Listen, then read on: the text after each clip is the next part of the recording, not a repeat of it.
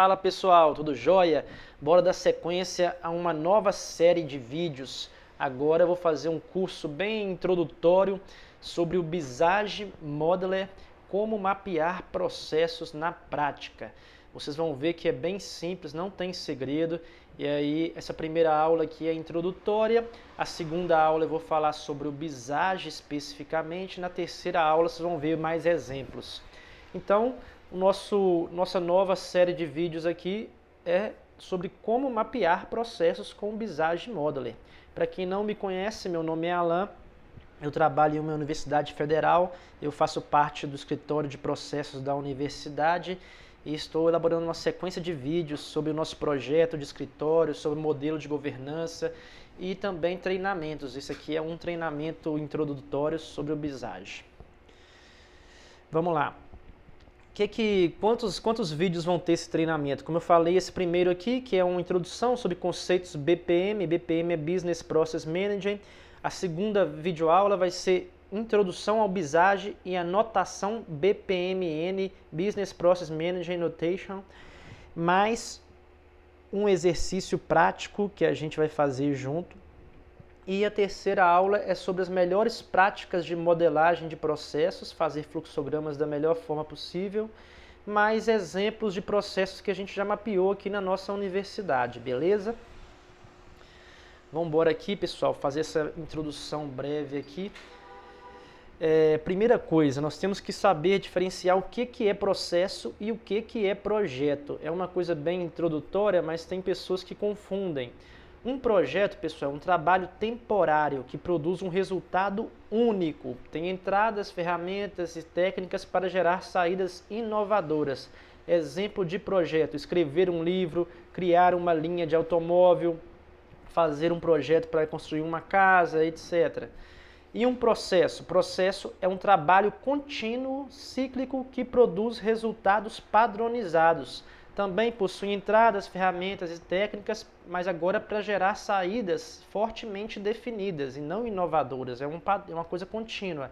Exemplo: revisar livros, fabricar automóveis.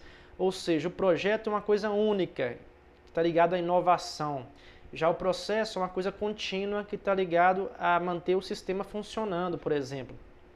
Toda a organização pode ser enxergada como sendo um conjunto de processos que mantém ela funcionando e um conjunto de projetos que são as melhorias que são feitas no dia a dia e etc.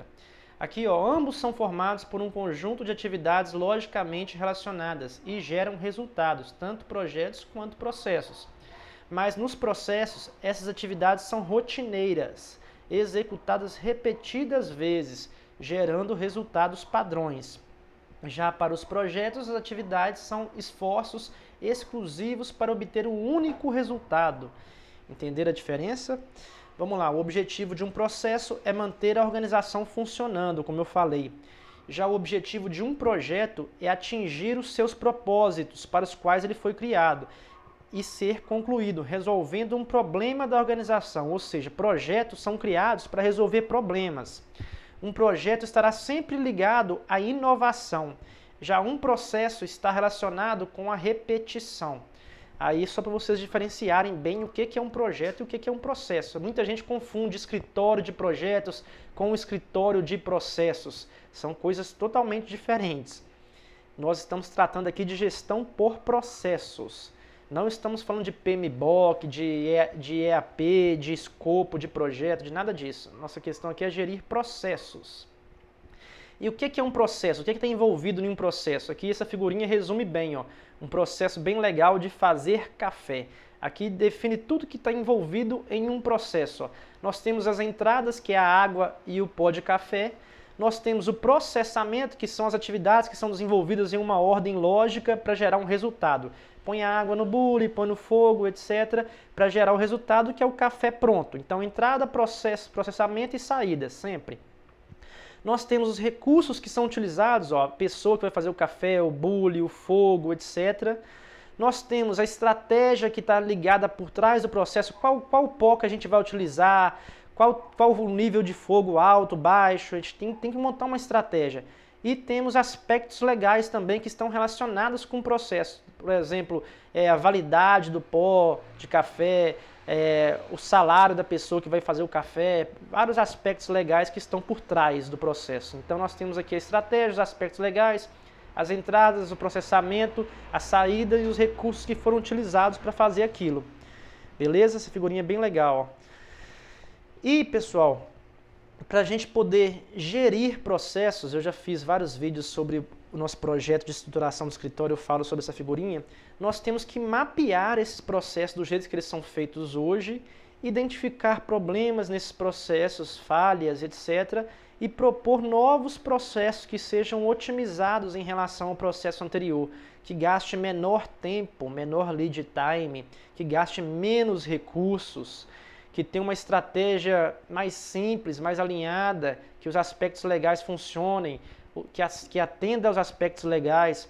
Então, nosso trabalho de gerir processos é ficar sempre mapeando, mantendo os padrões, identificando as falhas e melhorando os processos. Depois que melhora os processos, vamos manter esse padrão, treinar as pessoas envolvidas para manter esse padrão, vamos implantar novos sistemas, criar novas resoluções normativas para poder fazer esse novo processo aqui, como deve ser, funcionar. E aí a gente vai estar sempre atuando assim, mapeando processos, identificando problemas, fazendo reuniões com os envolvidos, para a gente propor novas soluções em termos de eficiência e eficácia para os processos da organização. Alguns benefícios de se gerir processos. Aumentar a eficiência dos processos, possibilita eliminar atividades improdutivas e desconexões, automatizar atividades, rediscutir a redistribuição de atividades entre áreas. Quando a gente mapeia, nós conseguimos identificar quais setores são gargalo, onde que o processo está agarrando, por quais motivos. Aí a gente pode, por exemplo, remodelar o fluxo do processo, tirando atribuições desse setor que é gargalo e passar para um setor que está mais ocioso, por exemplo. Reduzir o histórico de erros ocorridos. Muitos erros ocorrem por falha de comunicação, logo melhorando o entendimento de todos, tendo uma visão sistêmica do processo, do começo ao fim, passando por todos os setores, a gente consegue reduzir esses erros. Agilidade no fluxo de tomada de decisão, as pessoas vão saber já qual que é a responsabilidade de cada um no processo e vão tomar decisões assertivas. Alavancar os resultados finais obtidos, obviamente gastando menos recursos, menos tempo, por exemplo, impactando menos o meio ambiente, atingindo mais pessoas, entregando mais resultado final para o usuário final. Uma coisa muito importante de gerir processos é que a gente não está mais preocupado em atender apenas as demandas do nosso chefe, do nosso setor aqui na coluninha azul. Não. O objetivo agora é atender as demandas do usuário final do processo. Todos os setores vão entrar em um alinhamento estratégico para o usuário final ser beneficiado aqui na ponta do processo. Por isso que a gente vai tentar alavancar os resultados finais e disseminar o conhecimento em relação a como as atividades são feitas de fato, promover a gestão do conhecimento, tirar as informações da cabeça das pessoas e registrar isso aí num banco de dados para poder fazer futuros treinamentos e facilitar a melhoria contínua. Aqui é só alguns benefícios de gerenciar processos, certo? Então vamos lá, os processos estão na origem do sucesso das organizações. Não melhorar o desempenho dos processos implica não melhorar o desempenho da organização. Não gerenciar processos de maneira efetiva significa não gerenciar efetivamente a sua organização. Por exemplo, muitas organizações que têm lá sua estrutura funcional tradicional, seu organograma, os setores separados, etc., que não fazem esse mapeamento ponta a ponta, não têm essa visão sistêmica, é muito comum existir falhas de comunicação, gargalos, problemas, quando uma pessoa se aposenta e outra pessoa chega, tem que dar treinamento e ninguém sabe treinar, ninguém sabe o que o outro setor faz, é muito comum. Então, a gente só consegue melhorar o desempenho de uma organização se a gente melhorar o desempenho dos processos, que é tudo que se faz na organização, basicamente, né? Vamos lá então, pois, pessoal, aqui nesse slide eu coloquei como mapear processos na prática, que aí é o nosso curso sobre mapeamento de processos na prática utilizando o Visage Modeler. Para a gente poder mapear processos na prática, a primeira coisa é muito simples, não tem segredo. A primeira coisa é coletar informações sobre o processo junto aos servidores dos setores que estão envolvidos naquele processo, buscando se preencher a ficha cadastral do processo. Eu vou mostrar na sequência um exemplo de ficha cadastral, ou seja, por exemplo, eu sou o dono daquele processo, o processo passa pela Progep, passa por vários outros setores da universidade, mas eu sou o dono daquele processo e eu vou mapear ele. Então eu vou coletar informações junto com todos os setores por onde aquele processo passa, para poder preencher essa ficha cadastral.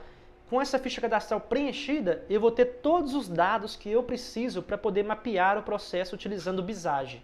A gente vai ver isso na prática na próxima aula, mas hoje eu vou mostrar já uns exemplos. E segundo passo, depois que eu já coletei os dados que eu precisava, aí eu vou, de fato, modelar o processo utilizando, por exemplo, a notação BPMN e o software Visage Modeler. O software Visage Modeler já utiliza essa notação. Você pode mapear em outros softwares, pode utilizar outras notações? Pode, mas essa notação é a mais utilizada no mundo para poder mapear processos organizacionais e ela é muito simples, muito legal visualmente, ela é muito fácil de utilizar. O Visage é um software muito fácil, é um software gratuito. E aí a gente vai ver na próxima aula como é que é simples mapear processos utilizando o software Visage. Pronto, mapeei o processo? Mapeei. Fiz o fluxograma? Fiz. Aqui qual que é o terceiro e último passo? É criar os procedimentos operacionais padrões para todas as atividades daquele processo. O fluxograma, pessoal, vai estar o processo inteiro, ponta a ponta, com todas as atividades que todos os setores fazem. Mas para cada atividade, nós podemos aprofundar mais, detalhar as tarefas que são feitas em cada atividade. Para isso, nós utilizamos os POPs. Na minha universidade, por exemplo, muitos setores já criaram seus POPs internos. Muitos setores fizeram isso, pró-reitorias já fizeram, só que eles não juntaram esses POPs todos em um fluxograma ponta a ponta. Então o escritório, o que ele vai fazer? O escritório de processo, ele vai juntar essas pessoas, todas que estão envolvidas naquele processo, vamos juntar todos os POPs, fazer o fluxograma e colocar todos os POPs dentro do fluxograma com o Visage. É possível fazer isso, os anexos, tudo junto. E depois que a gente, caso não tenha um POP pronto, vamos criar os POPs também. Depois que a gente tiver aqui a ficha cadastral pronta, o fluxograma feito no Visage e os POPs feitos, pronto, já mapeamos aquele processo. Vamos fazer isso aí para todos os processos críticos da universidade. Aqui, pessoal, um exemplo de ficha cadastral que a gente está utilizando aqui na minha instituição. É um exemplo, você pode adaptar aí na sua universidade, onde quer que seja. Primeira coisa é o nome do processo, por exemplo aqui, boletim de frequência dos servidores técnico-administrativos. Segundo campo, o que é esse processo? Objetivo, o boletim consiste em a gente vai preencher isso aqui.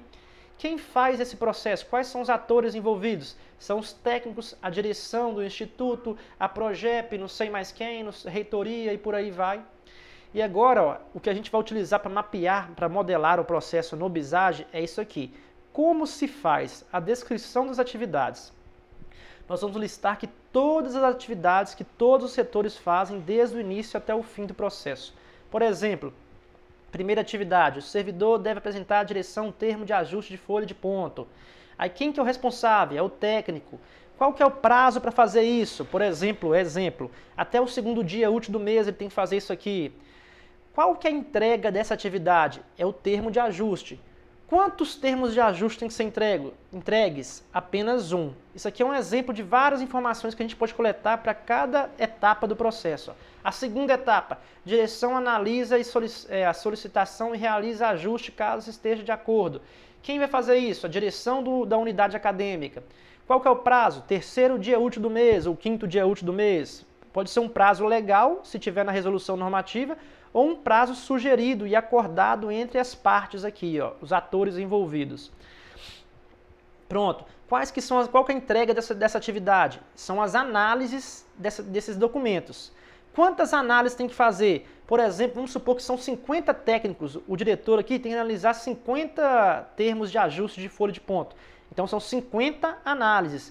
Isso aqui, pessoal, é muito interessante, que nós temos aqui o que é feito, nós temos o responsável, nós temos o prazo e temos aqui as entregas e o volume de entregas. Dessa forma, nós vamos ter uma noção muito clara do que é feito e do volume daquele trabalho, entendeu?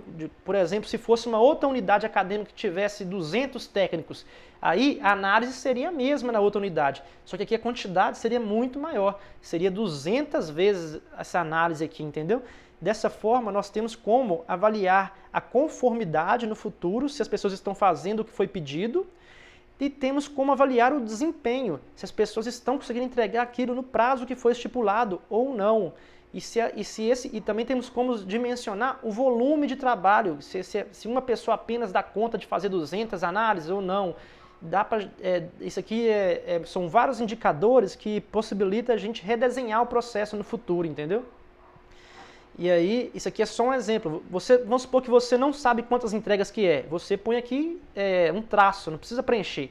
O prazo não precisa preencher, as entregas não precisa, nem a quantidade. O mais importante aqui é a atividade e o responsável. Essas duas primeiras colunas, obrigatoriamente, têm que ser preenchidas. O resto não precisa. O resto, aos poucos, você vai conversando com as pessoas e vão estipulando isso aí. Beleza? Olha que legal essa ficha cadastral. Pronto. Quais são os documentos necessários? Todos os documentos, do começo ao fim. Por exemplo, folha de frequência, boletim de frequência, termo de ajuste. Isso aqui, pessoal, é muito interessante porque isso aqui é basicamente as informações que vão constar na base de conhecimento do SEI, que é o Sistema Eletrônico de Informações. Esses documentos aqui a gente pode criar dentro do SEI para facilitar a vida das pessoas. Esses prazos a gente pode medir dentro do SEI, se os setores estão cumprindo os prazos ou não.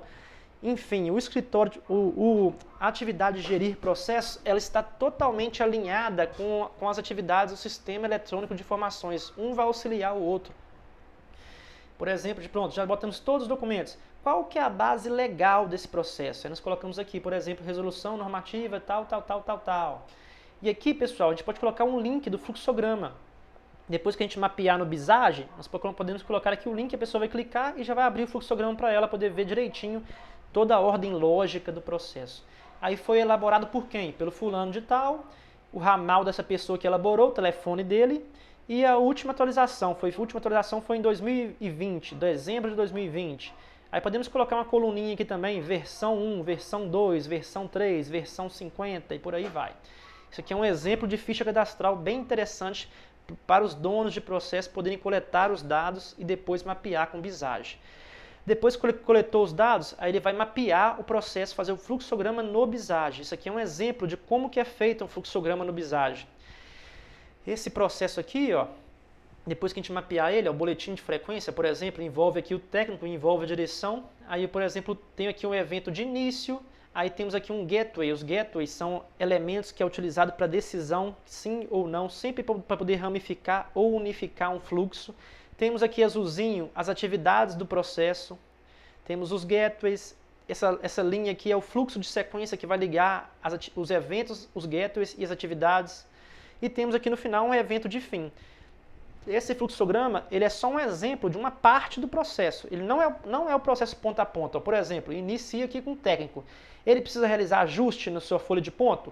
Não, então ele já vai imprimir a folha de ponto, já vem para cá setinha, já vai lá para a direção imprimir o boletim e já vai enviar para a Progep. E lá na Progep teria mais uma linha aqui, ó, isso aqui, essa figura inteira é uma piscina. Cada linha é um setor, é uma raia da piscina. Por exemplo, aqui é um setor, a direção já é outro ator, né? Ator ou setor. Poderíamos colocar diversas linhas aqui, diversas raias. Por exemplo, a próxima raia poderia ser da Progep, aí iríamos descer mais até no final, depois para a reitoria, até no final finalizar o processo de fato. Isso aqui é só um exemplo de uma parte do processo utilizando a notação BPMN e foi feita com Visage.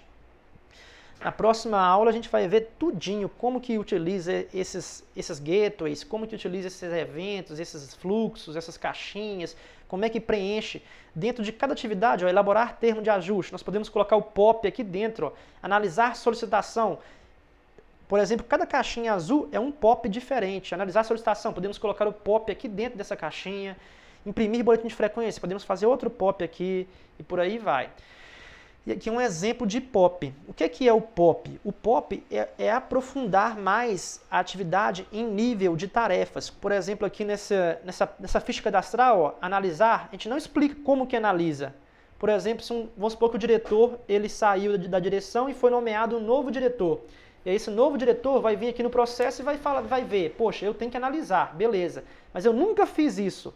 Como é que eu vou analisar se eu nunca fiz? Eu preciso de um passo a passo para fazer isso, para saber como é que faz a análise de fato. Aí é o POP.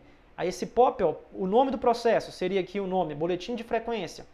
Qual que é o POP de fato? O POP seria analisar solicitação, aqui ó, o nome do POP. E aí coloca aqui o objetivo do POP, o campo de aplicação, definições, responsáveis. Quem que é responsável por fazer essa análise? É o diretor do instituto. E aqui, ó, o passo a passo detalhado. Primeira coisa, primeira atividade, ele vai pegar todos os termos de ajuste e vai classificar eles, blá, blá, blá, blá. Segunda atividade, ele vai pegar um por um dos termos de ajuste e vai analisar isso, isso, isso, isso e isso. Beleza. Terceira atividade, ele vai analisar aquilo, aquilo, aquilo, aquilo, aquilo. É o passo a passo, é a receita de bolo para ele poder fazer uma parte do processo. Esse é o POP. Então, nesse processo aqui, por exemplo, nesse pedaço de processo, nós teríamos quantos POPs aqui? Teríamos 1, 2, 3, 4, 5. 5 POPs. Mas o processo, vocês já viram que ele seria muito maior. Isso aqui é só uma parte. Então, para cada processo, nós vamos ter aí uns 20, 30, depende de quantas atividades tiver. Vamos ter muitos POPs em um mesmo processo. Beleza, galera? Aí vocês já entenderam tudo aí, tudo que precisa para mapear processo. São só 3 coisas básicas. É a ficha cadastral, é fazer o fluxograma, criar os POPs. Muito, muito simples, galera. Aqui ó, é um exemplo agora. Lembra que eu falei com vocês que o nosso atividade aqui de gerenciar processos envolve mapear, que é o ASIS, envolve identificar falhas e propor soluções, um novo processo. Aqui agora eu vou mostrar um exemplo na prática que a gente fez aqui na nossa universidade. Como que foi feito isso? Aqui, ó, o processo atual. A gente mapeou o processo atual. Esse processo aqui é o processo de utilização de laboratório de química. Nós mapeamos ele aqui e quando a gente vai mapear, é muito interessante, quando a gente vai preencher a ficha cadastral aqui do processo, ó, nós conversando com as pessoas que estão envolvidas, a gente identifica várias e várias falhas. A direção lá reclama, isso aqui podia ser feito assim, eu estou fazendo assado, o técnico reclama, a Progep reclama, a reitoria reclama, todo mundo vai falar um jeito novo de fazer, vai dar uma sugestão. Então nessa hora de coletar as informações, a gente consegue identificar muitas oportunidades de melhoria, que são o quê? São as falhas. Nessa primeira coluna, eu coloquei as falhas desse processo que a gente mapeou aqui, ó, que é a utilização de laboratório de química. Quais que eram as falhas? O agendamento do laboratório era informal e manual, primeira falha. A segunda falha, todo mundo no Instituto de Engenharia que tem esse laboratório, todo mundo tinha acesso livre aos locais. Os alunos, eles tinham a chave do laboratório. Eles podiam entrar no laboratório, fazer pesquisas com produtos químicos sem acompanhamento de ninguém. Tanto o aluno de graduação quanto o aluno de pesquisa. Olha que loucura isso aí. Outra falha, o descarte de resíduos depois das aulas práticas ou das pesquisas era feito diretamente na pia. Como não tinha acompanhamento de ninguém, os alunos faziam o que tinham que fazer e jogavam aquilo na pia. Não tinha um descarte, um tratamento daqueles resíduos. Olha que coisa interessante. 3 falhas muito graves que a gente identificou aqui quando mapeou o processo no ASIS, o processo atual. E aí o que a gente fez? Nós analisamos essas falhas em reuniões com as pessoas envolvidas, identificamos indicadores, ó. Por exemplo, agendamento informal e manual. Como é que era feito esse agendamento? O professor que era responsável por aquele laboratório, as pessoas falavam com ele, fulano, semana que vem eu vou ter aula lá a tal horário. Não tinha nenhum formulário do Google para agendar. Perdão. Não tinha nada para agendar, era tudo boca a boca. Esse processo, pessoal, é uns 5 anos atrás, é muito antigo, viu? A gente fez essa melhoria há muito tempo atrás. Mas era assim, era informal. É um indicador tempo, ó. Muitos dias no semestre, os professores ficavam lá, correndo atrás desse coordenador de laboratório. Fulano, semana que vem agenda para mim. Ciclano, fulano que dá o dia, tal horário, põe para mim aí que eu vou usar para dar uma aula. Era muitos dias que tinha que fazer isso sempre. Era por ser informal e manual, era muito difícil. Então, perdia muito tempo. É um indicador. Segundo indicador, utilização. Ó. Poucos utilizavam o laboratório. Por quê? Porque não tinha, galera, pessoal, não tinha nenhuma resolução normativa sobre utilização de laboratório. O professor que fazia pesquisa lá, ele se achava dono do laboratório, dono dos materiais, ele que priorizava quem podia e quem não podia usar. Aí acabava que quase ninguém utilizava o laboratório, poucos professores utilizavam. Isso aí era muito ruim. O que a gente fez? A gente propôs uma resolução normativa para todo mundo poder usar o laboratório, não só os professores de química, mas qualquer professor da faculdade e qualquer pessoa externa à universidade também poderia utilizar, porque isso é patrimônio público, a gente com orientação e acompanhamento todo mundo podia. Mas aí, ó, identificamos a falha, identificamos o indicador, identificamos aqui uma estimativa para o indicador. Acesso livre aos locais. Qual que é o indicador? Risco de acidentes, ó, alto risco. Os alunos poderiam sofrer um acidente utilizando produtos químicos lá. E também tínhamos risco de furto, não tem câmera de segurança, todo mundo tinha chave. Ou seja, para alguém roubar um equipamento lá de 50 mil reais, pouco custava, não tinha nenhum controle de segurança sobre isso. Então, alto risco de furto. Aqui são 2 indicadores e 2 estimativas qualitativas para vocês entenderem como é que é feita essa análise.